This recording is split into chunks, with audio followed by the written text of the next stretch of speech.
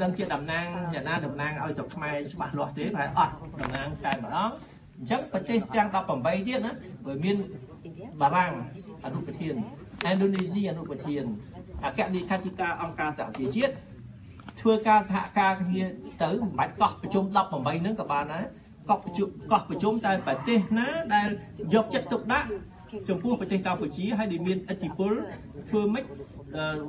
cài đầm rơi ở đâyคนsai ban thưa cọ chủng rinh ao thằng miền ca bọt nọt làng vinh đầm rơi vừa cô bọt nọt năm một con vừa rồi cài sập bấy ông ca sạm chi chiết để hiện trọng cả hai bực bọt nọt phi con đập bằng bay ác miền là na từ tuôn squat rồi ác miền ca châu rùa thì cả nạp bạ sập rồi chiết tê nước ông ca sạm chi chiết ai practicam hà lấy ông ca sạm chi chiết thờiแต่มาช่วยเรียบจำประเทศกัมพูชีเรียบจำการบอชนอตหลังวิ่งในประเทศกัมพูชีโดยมีคณะปัจจุบันโดยความยังการเงินได้ยังเคยกิดเวงชัยกิดเวงชัยเคยการสหการนี้ถึงตึมนี้ให้ที่มันจับนะยังส่งเลือกล้างเปลี่ยนสังใดมวยลูกได้เจียดดำนางปีเสองการสับเจียดเนี่ยเรียกาปีเสông ca sạp chế chiết đi cá pí sẽ tham cá sẽ bật lúc nơiประเทศ Campuchia rapporteur spécial des Nations Unies sur la situation des droits de l'homme au Cambodge để dễ bị cách phong riêngที่กรุงปารีสนั้นลูกบ้านจับดาวทางอัดสวนเลยแต่เมื่อที่cách phong riêngที่กรุงปารีสชัวSurya Subedi นั้นเจียศาสตราจารย์จุนจิตดาวจุนจิตเนปาลวัดเชียครูบังเรียนในสกลวิทยาลัยที่กรุงลีดในประเทศอังกฤษวัดมาในยัยถามกิจกรรมเรื่องที่กรุงปารีสเนื้อแต่เมียนสุภลภิบให้เนื้อแต่เมียนปัจจุบันภิบดาราบน่ะอาไว้ได้เมียนใจขนมกิจกรรมเรื่องที่กรุงปารีสมันตอนคลายเตยจีกาปิดในประเทศกัมพูชีนั่นแหละไม่ได้มีใจให้มันตอนบานคลายในเจียกาปิดคือระบอบเสรีเปียอุปประชาธิปไตยแต่มันตอนการล้างมันตอนรู้หรือเปล่าโดยมีใจน้องกิจกรรมที่กรุงปารีสโดยเฉพาะกิจกรรมที่กรุงปารีสนี่เนื่องแต่มีสุภาพภิบเนื่องแต่มีปัจจุบันภิบก็ได้ยืนแต่ดอกสร้างเอาไว้กัดตาในเชียงอันนี้ดอกจังบอกใบไม้เนี่ยยกมาก่อสร้างเชื่อสำนมเรื่องมวยเป็นเวลีชนำเขยแต่ประมาณขายเตะบุทาสถานกามันใกล้ลำออลางเป็นเตะเป็กปองเปลี่ยนติดปองปรินึงดังเมียนสุภาพเพียบปัจจุบันเพียบยืนถือแต่สาวเรือเอาเป็กปองเปลี่ยนติดปองปรินึงรวดลางไปอย่างตอนระบาด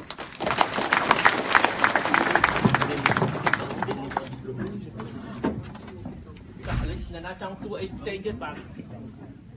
บอกเนี่ยมันจะการทำสมอัตโตนั่นแหละในซูมาดองหายเอาทุกปีขอเราเป็นวิธีการยึดบาทสมจิมเล็บซูจิมรองจิตจิมรองจิต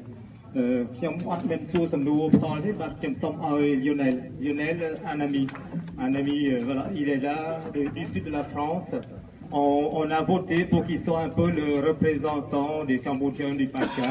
puisque avec son recul il va mieux s'exprimer à notre place. Donc, pendant le voyage, nous avons concerté, nous avons pas mal de questions. Et Lionel, il va faire notre porte-parole, le porte-parole des oubliés, de ceux qui n'ont pas pu venir,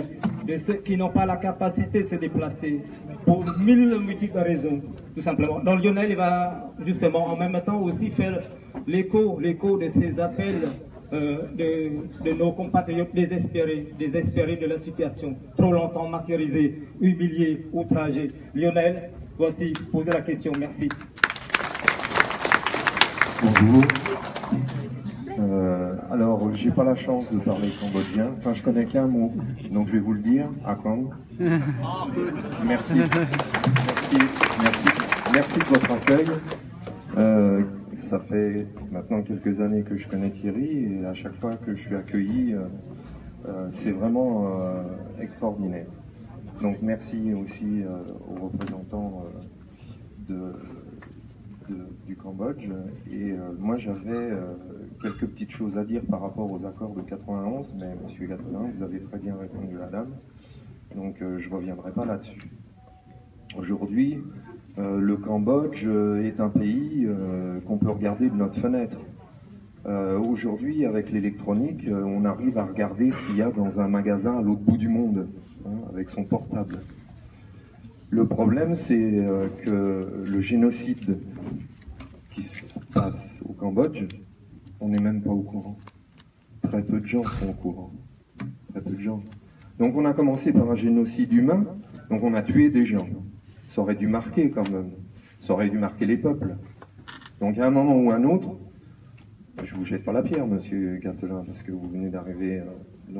à la tête de notre pays, mais il y a eu un manque de concertation, il y a eu un manque d'information, il y a eu, parce qu'on est quand même le pays où les droits de l'homme ont été signés, ont été diffusés, et on est un pays qui a fait irradier cette chose-là. Donc ça, on aurait dû savoir. Ensuite, il y a eu un génocide social et intellectuel. Ah, c'est encore pire. On a tué des gens, puis après on a tué les gens qui, dans le pays, auraient pu réfléchir à essayer de savoir comment ils auraient pu se battre. Et on a fait un deuxième génocide. Heureusement, apparemment, d'après les bonnes nouvelles, aux élections, on va éviter le génocide culturel. Sinon, c'est le Cambodge qui disparaissait. Donc, aujourd'hui, je me pose une question, et je me permettrai aussi de vous la poser à vous, monsieur Gatelin, c'est dans ce schéma, si par hasard la situation idyllique ou rêvée qu'on nous présente et qui risque d'arriver aux élections n'arrive pas, qu'est-ce que vous êtes prêts, vous personnellement, à faire pour faire comprendre au peuple français que ce qu'il a vécu en 14 et en 39-45 est en train de se produire au Cambodge?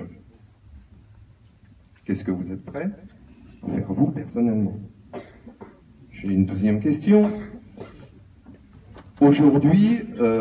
on était tous peut-être devant notre poste de télévision depuis quelques jours,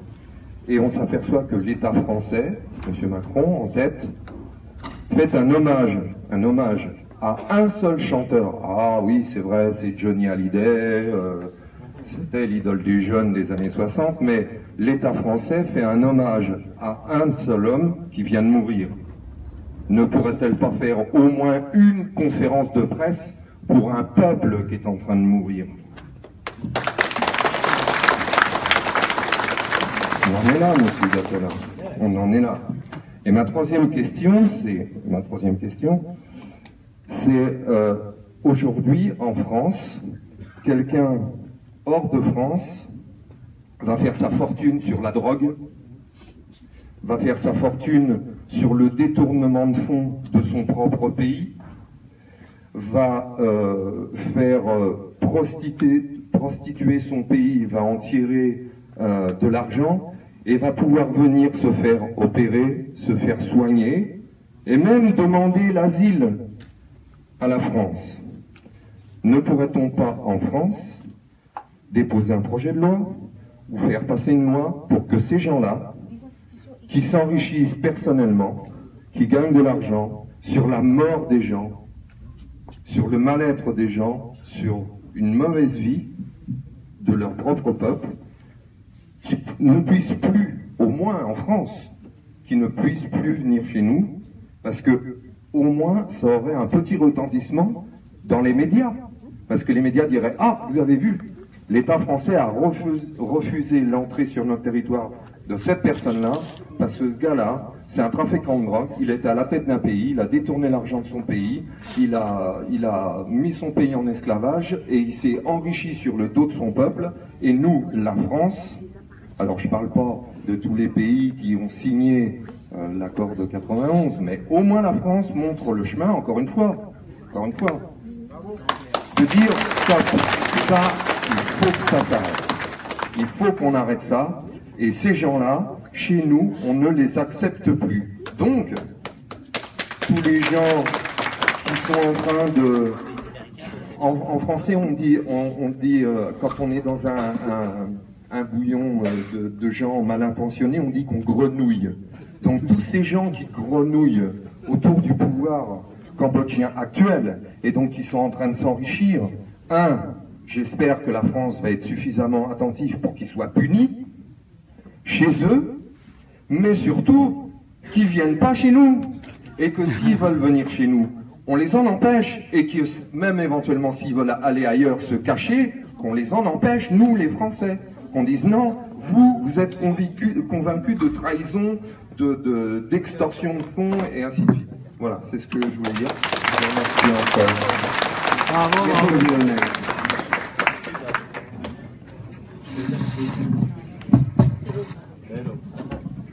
Je vais tâcher de répondre le mieux possible, dans la mesure, ce que vous dites là sur l'interdiction d'entrée de certaines personnes. Je me suis déjà battu depuis 5-6 ans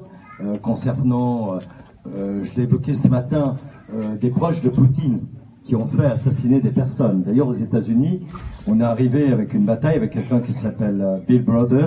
qui était un homme d'affaires américain, qui s'est fait spolier par les proches de Poutine, et on a tué un monsieur qui s'appelait Sergei Magnitsky, qui était son juriste et qui avait montré qu'il y avait une mafia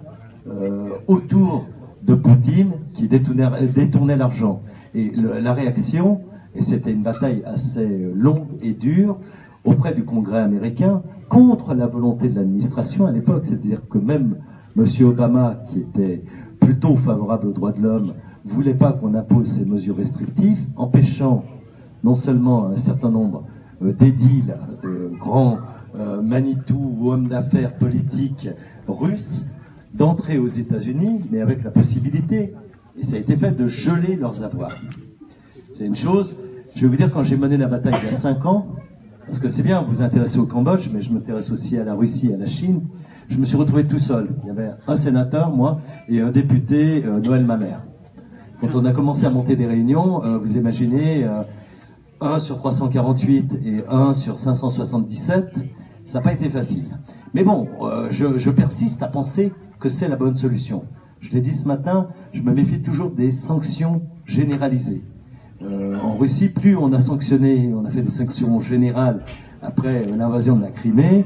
le plus difficile, c'est pour les gens du peuple. Et souvent, même les dirigeants disent, regardez, c'est ces salauds d'occidentaux qui vous coupent les moyens. Donc, les sanctions ciblées sur les personnes, c'est très important. Mais pour faire ces sanctions, pour faire cette liste, parce que le plus compliqué, autant que de le faire adopter par le Congrès américain, c'était de déterminer la liste et la bonne liste. Si vous êtes au courant d'exactions précises, de cas, de situations, d'entourage de Hun Sen ou de responsables cambodgiens qui ont des propriétés en France, qui ont des entreprises, il faut nous le signaler. Parce qu'une fois qui ont des enfants qui vont à l'école. Moi, j'ai appris récemment, on m'a dit, il y a telle ou telle femme de responsable du régime qui viennent se faire soigner en France. Je dis, je veux savoir dans quel hôpital. Parce que vous comprenez, quand vous demandez une mesure, une sanction, une liste comme ça, il faut pouvoir l'argumenter, parce que c'est une décision qui pourrait être totalement arbitraire. D'ailleurs, il y a eu des cas aux États-Unis, dans les listes qui ont été faites, où on n'a pas seulement touché des salopards, on va dire, mais parfois aussi des opposants. Donc, quand, par exemple, la Chine était arrivée à faire inscrire toutes les organisations démocratiques ouïghours, donc de la minorité musulmane, comme organisation terroriste internationale. Donc l'élaboration, je suis d'accord avec vous, mais je dis simplement, tout ça c'est des batailles, ça se documente. Dès lors que ça doit rentrer dans le droit et dans le droit international, il faut le faire très précisément. Donc moi, je lance appel, toute connaissance que vous avez, toute situation, vous nous faites remonter des positions comme ça. Moi, c'est totalement par hasard que j'ai appris que la fille de Poutine, il y a quelques années, habitait dans le 16e arrondissement, suivait des études, et que son professeur particulier, c'est un ancien théoricien marxisto-communiste qui était devenu un des conseillers économiques du Front National. Et puis ce sont des gens de radio, je dirais pas leur nom, qui m'ont expliqué comment le Front National était financé par la Russie, où tous les responsables étaient invités dans des colloques pour 40 000 euros ou 50 000 euros pour faire des conférences d'une demi-heure. Vous voyez, c'est sur des choses renseignées qu'on peut faire des choses. Alors moi, qu'est-ce que je fais et qu'est-ce que je peux faire? Ce que je fais pour le moment, c'est-à-dire me battre aussi, c'est d'aller frapper à la porte de mes collègues des ministres aussi, parce que j'ai une chance en tant que parlementaire, toutes les semaines, on a des questions d'actualité. Donc à la fin, le ministre, il faut bien qu'il entre dans l'hémicycle, puis il faut bien qu'il en sorte. C'est attendre à la sortie. C'est préparer, comme on le fait, un certain nombre de choses. Essayer d'influer, parce que on a quand même quelques diplomates en France. Sam Renzi a évoqué François Coquette, qui n'est pas membre du Parti radical, parce qu'il ne peut pas en tant que diplomate français, mais disons, c'est un membre historique d'Amnesty International. Il s'est auto-saisi lui-même de se rendre au Cambodge. Et quand il a prévenu sa hiérarchie, il a dit: je veux une réunion au sein du Quai d'Orsay de la cellule Asie. Personne ne lui a répondu. Donc il a dit: s'il n'y a pas de réunion, ça veut dire que je suis libre d'avoir les positions que je veux. Là, il y a eu tout de suite une réunion. Mais voilà, et je sais, et je ne peux pas là le dire là, mais on a évoqué, on en discutera, vous comprenez, on ne peut pas tout mettre sur la place publique, mais il a avancé bien au-delà de ce qu'on pouvait attendre dans ce qu'il a dit aux représentants du gouvernement cambodgien. Ça, c'est une chose. Après, moi, je suis totalement hostile au fait de soumettre les principes fondamentaux à des questions économiques. Ça a été la tendance lourde ces dernières années. C'est-à-dire que, tu disais business as usual, comme on dit en français, mais c'est business, business, business et les droits de l'homme. Non, on ne peut plus durablement fonctionner comme ça. Une des façons d'agir, parce que voilà, ça fait quelques années, je ne suis pas diplomate de formation, je viens pas, j'ai un mandat derrière moi, j'étais pas un politique, j'étais un activiste des droits de l'homme grâce justement au Parti radical transnational qui m'a un peu ouvert l'esprit à ce qui se passait partout dans le monde et à essayer de voir comment on agit mieux. Et je rencontre des jeunes diplomates. Aujourd'hui, on se bat, vous savez, de plus en plus, quand on signe des accords avec un pays, on pose des clauses